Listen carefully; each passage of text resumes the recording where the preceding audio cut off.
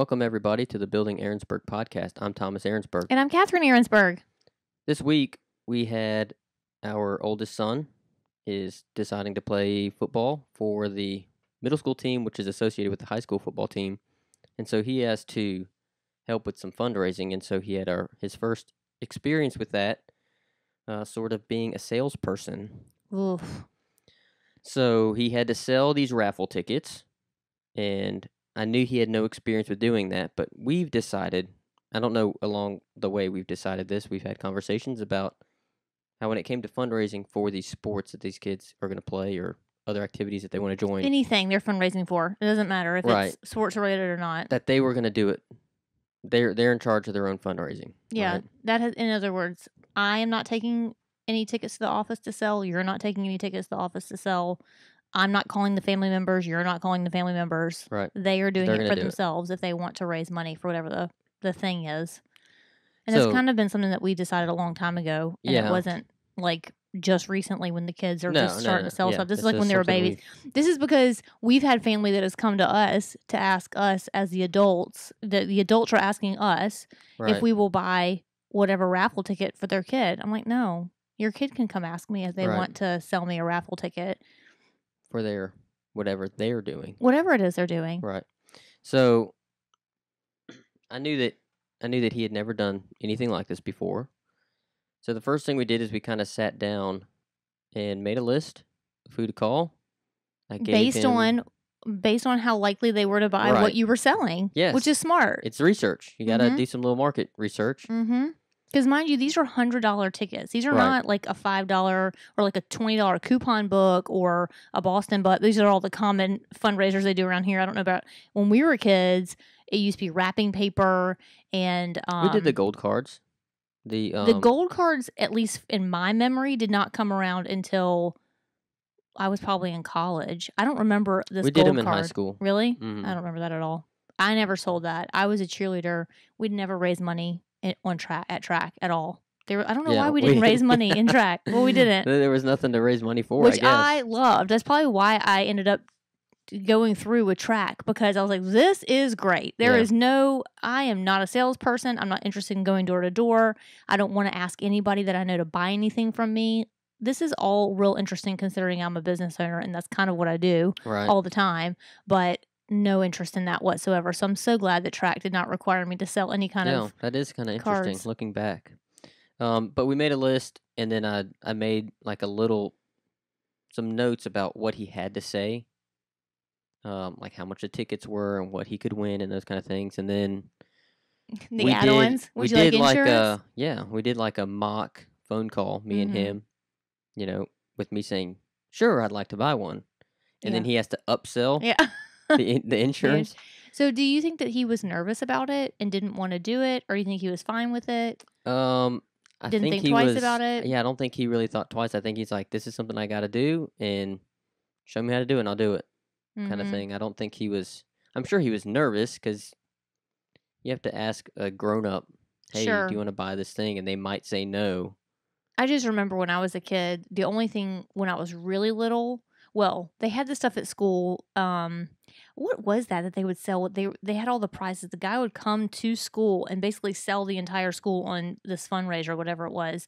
I think it was a whole book of stuff. I'm sure anybody listening would know exactly what I'm talking about. This same guy would come to the school every single year to like hype everybody up about selling whatever. Do you know what I'm talking about? No, he would come to the school, Jim. This is the grade school I went to. Maybe it wasn't. We did not happened. do that at St. Mary's. The entire school would gather in the gym, and this guy would be like this traveling fundraiser, whatever, and he would come through and hype all the kids up about all these selling stuff. Yes, about selling stuff. It was like the fundraiser of the year, and he would show you all the prizes that you would win if you got to certain dollar amounts. And I mean, the amount of excitement that 6-year-olds to 13-year-olds got about like bookmarks and little fuzzy stickers. I mean, like, we lost our minds. We were like, I am going to sell $1,000 worth of wrapping paper so I can get that bouncy ball that would cost me 25 cents from the little vending machine. I mean, it was ridiculous.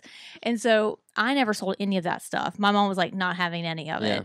And I'm the same way. Like, I'm like, I'm surprised you didn't try to sell it. I could see your mom being like, "This is dumb. We're not doing it." But I'm not a natural salesperson. I'm just not. I am not interested. I mean, I've said it 1,000 times. I've been 80 since the day I was born. I am not interested in going to hawk, stuff that has no value to me whatsoever. Like, I'm not interested in it. Right. Why do I need to sell this for the school? Like, meh, I'm 7 years old. Why do I care about if the school makes money or not? You just want the bouncy ball. I got no skin in this game at all. Zero skin in this game.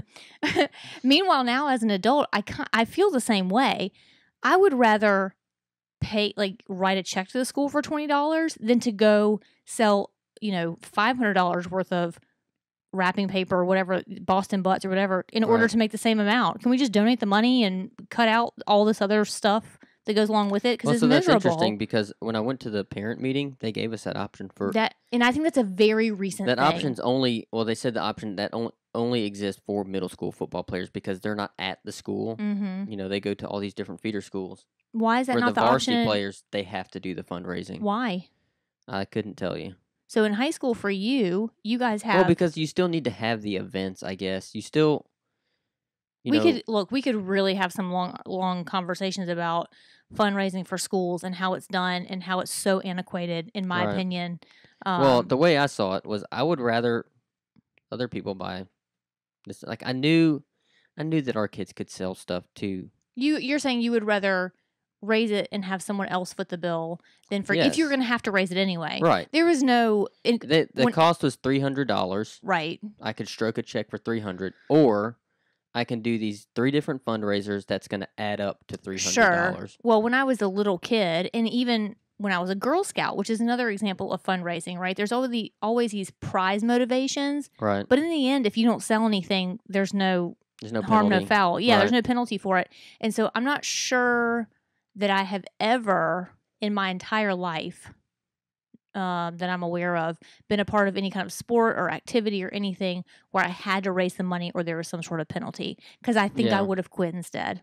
I'll be real honest about it. Instead of playing the sport? Yeah, I probably would have, because I cheered in high school and we raised money as a group. So we all had a yard sale. We all did a car wash. We all did bagging groceries at the local grocery store for tips. Like, we did it as a team always. There was none of this individual raising money stuff. Mm-hmm.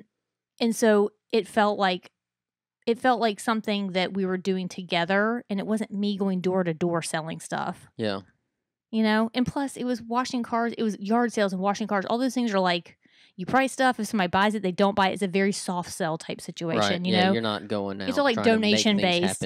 Yes. Yeah. It's practically donation based, especially the tips for at the grocery store and all this type of stuff. So that's my jam when it comes to sales. I mean, and I own a business now, and my sales tactics are, well, they're not really tactics, but they're not salesy. In your face. No. Buy this. No. I'm just not a in your face salesperson. But anyway, all that being said, I think... Do you think that would have changed if you had sales training? Why would I have sales training? Where would I have had interest to get sales training? I don't know. I worked a job and I had sales training. You have had, for being, okay, I'm the loud one and you're the quiet one. And for being the roles that we have in our life, it's amazing to me that you have 1,000 times more sales experience than I have. You weren't good at it, but you still have it. I think I could have been good at it if I believed in the product. I think I would have been a lot better. I had a job right after high school selling knives. You guys all know. You all know the company. And you've had someone come to your house. Here's what's funny is I forgot about this part, but my brother reminded me that we both went and applied for that job, and he didn't get it. I thought they were taking everybody. I thought that was hilarious when he said that, because I was like, taking everybody. You would think they were taking anybody. Yeah. Anybody that would sign on. If you showed up, you filled out the paperwork, which is hilarious. Had a basic level of education. Yeah, which y'all both had the exact same amount of education. Right. It is hilarious that there was even an interview process. I would think if you were breathing, that's good. Well, come on in here. Apparently not. We'll teach you how to sell these knives. He didn't have what it takes to sell knives. By the way, when you worked for this company and sold these knives, you had to buy your own set of knives to use to show to people. And so it wasn't even a matter of them having to provide you a set of knives to use as demo. Right. You had to provide your own set of knives. So why would they not have taken them? And then you had to make own appointments, find your own leads. Yeah. Go out there and get it done. And then they taught me how to sell, and they taught like we always had to come back every so often and follow up, re-up on our training or yeah. whatever. Yeah. Like we would talk about. You'd meet with our regional guy. How much did you sell this week? Not too good. Well, and he would like do a mock sale with you, and he would tell you, okay, see now that's right there. That's where you really you've got it, whatever. And here's the thing, there's nothing worse. I remember going through a lot of this sales training, and I would be at my jobs or whatever, trying to sell knives. And it would hit me like, now's the time to hit the button. Now's the time to go. Couldn't do it? I just couldn't. I was like, God, I just can't. These things are expensive. It's interesting. You choke on sales. I choke when it comes to sports. Yeah. We really are different roles and different bodies. I just couldn't. Like, I knew what the striking point looked like. You identified it. Yeah. Here it comes. Let's turn the page and see what else they got. Page 17 here. Oh, well, I definitely don't envy that position because I could never have sold a knife unless it was, I don't know. I sometimes can't even sell my own services because I felt like I did a pretty good job. Like I made these things sound like you want one of these. Well, because you really did think they were cool. They were cool, yes. I mean, regardless of the appointment, you would show them to me. And here they are, $100 for this one knife. I told you it was really cool, but it's still $100. Don't buy it. So expensive. You can buy 1,000 other knives for this price. Yeah. So what was your other sales job? No, that was it. That's my sales I'm training. thinking of your customer service job. No, that was not sales. That was fielding punches to the face over the phone. So when I was a kid, we'll go back to Girl Scouts again. That's the only real like door-to-door sales type thing I did. And I remember I was little. I was maybe I wasn't little. I don't know. I was somewhere in the, elementary school. Older than a brownie and younger than a, so yeah, sometime in, well, they got different stages, like Boy Scouts. Yeah. Anyway, I remember I was wanting to go door to door and my mom wanted to give me a script and I was not having any of it. I was like, forget it. I just won't sell cookies at all. I was really wanting those prizes. There was this pewter zebra I really wanted so bad. And it was like the highest prize there was. When I tell you pewter zebra people, it was probably 1.5 inches tall. I remember Laura Brew used to always win all of them because her mom, I think, was some sort of leader. Pack leader for the what do they call them? I forget what they call them. No. Den mother? No, that's all the Boy Scout stuff. I can't remember what they call them. Anyway, and so I don't know where she was selling them or what was happening, but she always got all the prizes and she had all the examples of the things that they had that year. Yeah. And this pewter zebra was like, ugh, that was my calling your name. Man, I was never gonna get. I mean, you had to sell like 1 million boxes of cookies. Yeah. These are people that probably before I even knew this existed were like setting up at the local grocery stores outside the doors. I had no idea that people were doing that kind of stuff. No idea, because if I was gonna sell cookies, I was going to sell cookies. Right. My mom and dad were not. They're not going to sit outside Walmart with you on a Saturday. And I feel the same way my dad used to describe about it. He used to say, well, first of all, my dad worked for the federal government, for the Corps of Engineers for years and years and years. It was his only job. Meaning to say he didn't switch jobs back and forth. Anyway, he worked with the same people for all these years. And he's like, I can't stand it when these people bring in their kids' thing that they want to sell. I don't want to buy it, so I'm not going to subject them to your cookies, Catherine. And that's how I feel about it too. I don't want people selling to me, and so I'm not going to try to sell to them. As far as the kids having practice, I do think that it takes a lot of tenacity from a kid and a lot of good parenting from parents to teach their children that they're going to have to do it on their own. Because I think it teaches a lot of skills. Because it's not, yes, it's about selling the cookies or the knives or whatever it is, but ultimately you are learning a lot of life skills. Yeah. I mean, I know people to this day who don't want to call and order Domino's Pizza themselves because they don't want to talk to somebody on the phone. They don't want to, they will pay for things in order for me to call for them so they don't have to do them. It's like stage fright except for on the phone. Right. When so I guess it goes further than just not finances, but fundraising and things like that. When I was a kid and I wanted to find out how much something was at Walmart, my mom was like, well, look up the phone number in the white pages, you guys, because there used to be a phone book. Right. Look up the phone number, dial it, someone will answer, and you ask them how much something is. Now, this is back in the day when anybody called a store to ask how much an item was. Like, right. can you well, imagine? You have the internet now. It's There's online. no reason to do that. Yeah, so I used to call this. I mean, I was probably 8 years old or younger, maybe 6. I can't even imagine what the person on the other side of the phone was thinking when they get, hello, I'm looking to find out how much your zebra. Please. I never even thought that I could go buy a Peter Zero for cheaper than the dang box of that cookies. You probably could have bought it for one box of cookies. Yes, the price of one box of cookies. 100%. But I'm sure maybe it was custom to the Girl Scouts that year. Maybe it was a custom design. I don't know. But the script that my mom had for me was, hello, like knock on the door. Hello, my name is Catherine Cannon. I'm a Girl Scout. I could not get past that.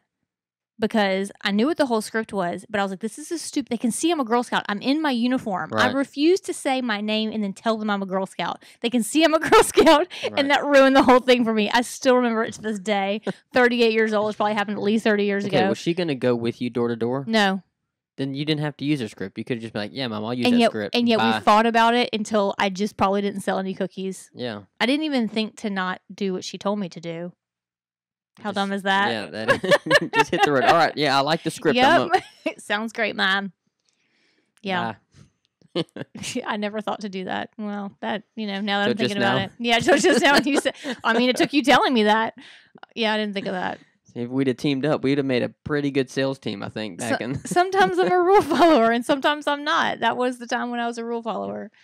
But yeah, the ultimately the fundraising was not anything I was interested in. But I think now that our kids are older, I'm okay. I get the reasoning behind fundraising. I just am really passionate about them with our guidance. It's not like we're throwing them out there to the wolves and just expecting them to figure out how to do it on their own. We're helping them guide them in a way. And I think that all of this is going to give them confidence to do the next thing and the next thing. And who knows? Some people are natural salesmen and women. I think we have one. We have at least one.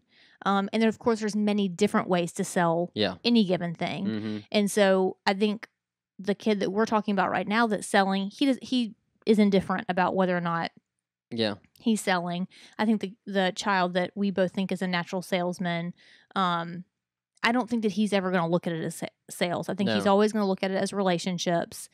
You build a good relationship and then people will want to help you. Right.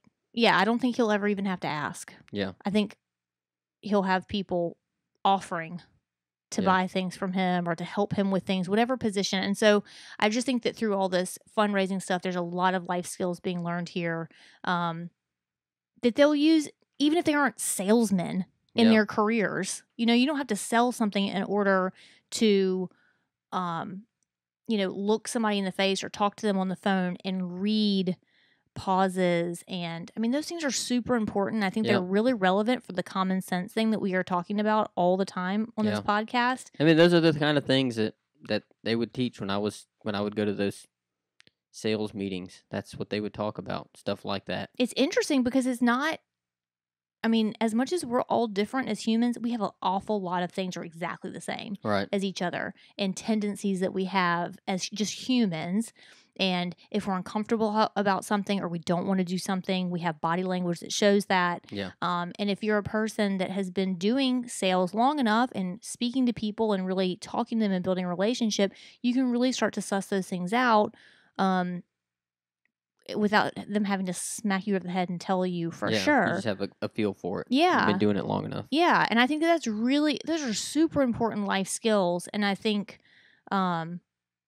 learning those about other people can also kind of help you learn about yourself, all this self-awareness that we talk about and making sure that you're putting the best body language. I don't know. I just think all of it is just a much larger conversation about just life lessons and milestones that you need to go through in order to become a fully functioning adult that can really do a lot of different things and that you're not truly focused on one super narrow path. Right. Well, like you said, I mean, you're building skills. The kids are building, we're hoping that they're building skills through all of these experiences of fundraising or playing these sports. The other thing that I sort of talked about in my Instagram the other day, which is where this all kind of started, was that the fundraising stuff, it also leads into other things that when they decide to take on this responsibility of playing a sport because that's what they want to do, there's a lot of things that come with that.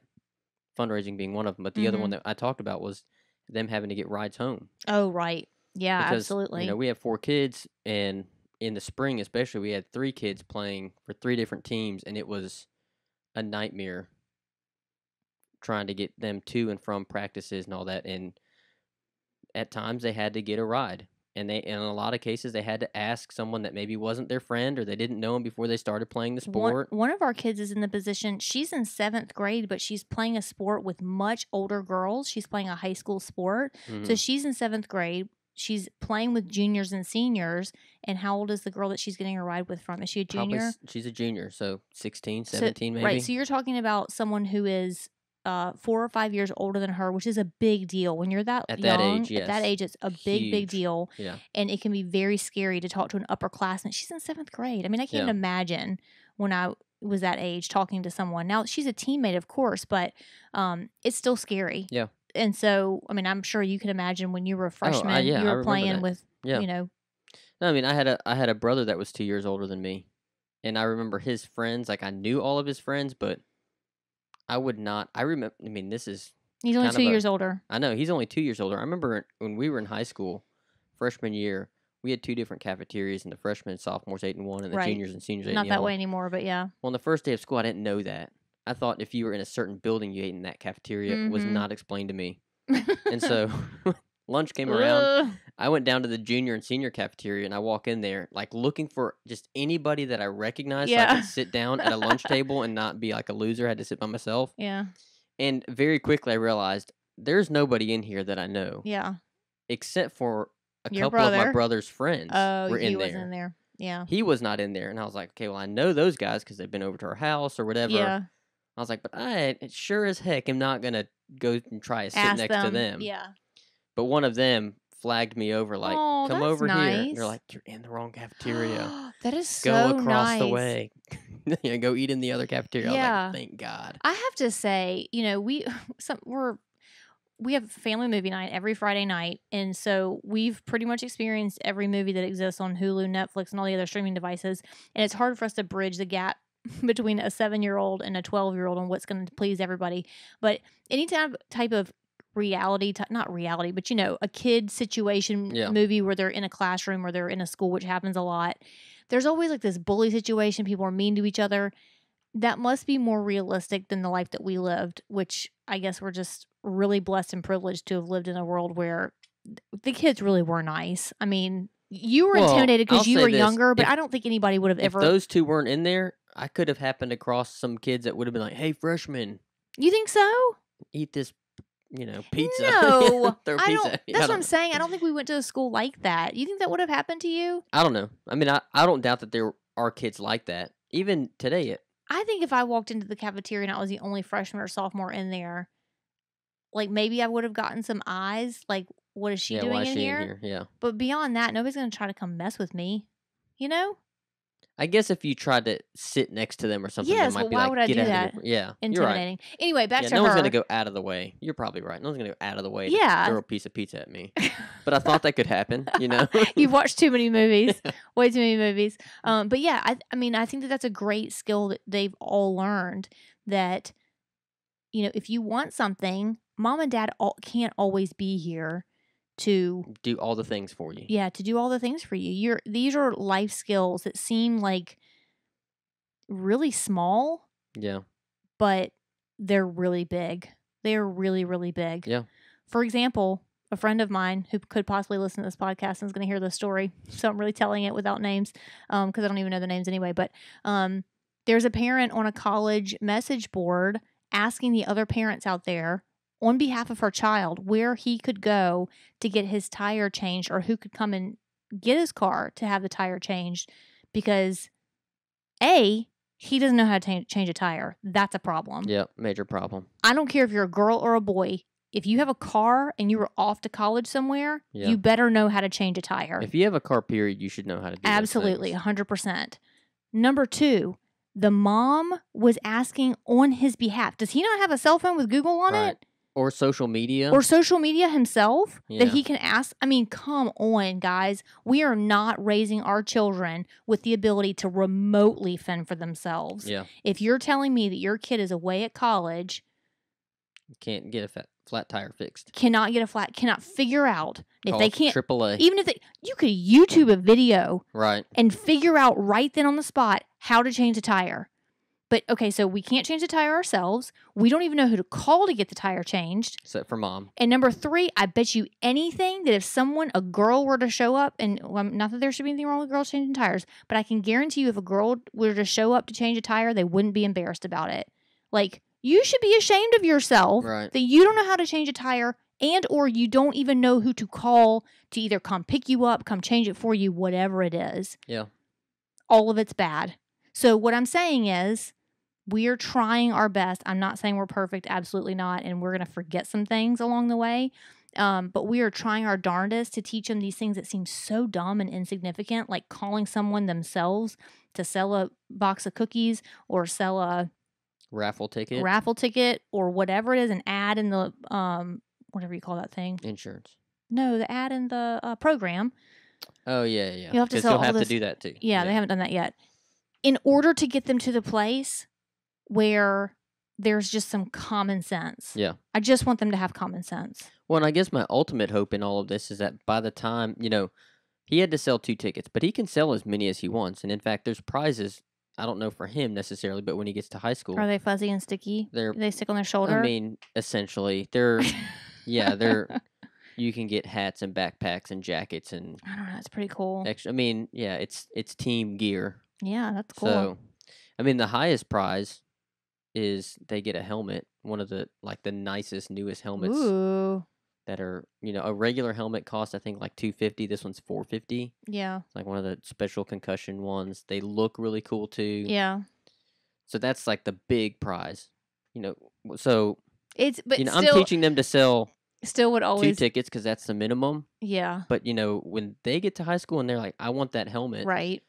Well, I've shown you how to sell the minimum. If you want the helmet, go get the helmet yourself. That's how you bump it up to the next level as you get older, right. For sure. I mean, it's just learning the basic things so that, these are all skills. These kids, they're the ranges of age that they are now, they're all at different levels of skill learning, obviously. Sure. And it's just building those skills up over time until they, are old enough to go out on their own, because ultimately we are raising children that we want to fly out of the nest. Guys, I know we love our children, but we are not raising kids to live with us for the rest of our lives. Yeah. We're just not. I'm going to be so sad when they go. I'm going to cry probably when I have an empty nest for just a bit, not forever. We'll cry until we take that first vacation without them. Be like, peace. No, we had babies early so that we could start bringing them back with us, and they'd be more fun, and we wouldn't have to take care of them anymore during our trips, and we can actually afford to pay for them to come with us. But all that being said, we are raising them to be adults. We are raising them to fly from the nest. Yeah. We want them to still want to come back to the nest and love the nest and be nostalgic for the nest, but ultimately they got to get out. Yeah. They have to get out. They got to be able to function. And if they can't change a tire for themselves at college, what are we doing? You're at college. You're about to be a college graduate, and you don't know how to change a tire on your car. I mean, that's a basic thing. You think about other skills that you're teaching them, like making phone calls for yourself. If they're in college and they need to get in touch with the dean. Or in touch with someone to change their tire on their car? Well. They can't do it. Or something even more high tech, if you have to talk to your advisor about something that's really a Let tough me tell decision. you, we don't have children in college right now, but the stories I hear about the parents who are contacting the deans and the teachers and professors on their adult children's behalves, it's a huge problem. I would be mortified if my parents did that. Even in high school, I think if my parents and my dad worked at the high school, but if he had been asking around about me, I'd have been like, what are you doing? Yeah. You're embarrassing me. I don't know that my parents ever... There's just, and I even feel the same way about the grade school level, which is a tough line to hoe. Is that what they say? Tough road to line to toe. Road to hoe. I want to add hoe in there somewhere. There's a hoe. You had gardening. I don't know. Anyway, it's been a little different with 2020 and COVID and all that. But previous to that, obviously our children were in school, and I've always been the parent that I will come up there for the events that have anything to do with parents. You know, if there's an open house, I'll be there. All of that type of, if my kid's reading at church, I'll be there. They're receiving an award. Yes, I will be there for all of those things. Yep. But I am absolutely, and I even would visit them and eat lunch with them from time to time in the cafeteria when that was allowed. But when it comes to the parent who's just randomly floating around the school all day, that's not me. Yeah. I need for the teachers to do their jobs, and I will do my job. Like, right. I feel like unless there's a problem, unless there's an actual problem going on, my child does not need to see me in school all the time. They need to learn to be removed from me a little bit. They need to learn to do things for themselves and do what the teacher tells them to do, and not constantly feel like I'm going to come swooping in, or that I'm constantly watching them. Yeah. They need to have their own identity at school where they're able to build relationships with people that I'm not constantly looking over them. And so I don't know how teachers feel about that. I've never asked anybody how they feel about it. I think a lot of teachers appreciate the parent participation in a lot of ways. I think parents, I mean, I am a teacher on the high school You're level. It's a little different, but yeah, I want parents to know what's going on, but I don't want them to get involved. Yeah. I want you to be checking your kid's grade.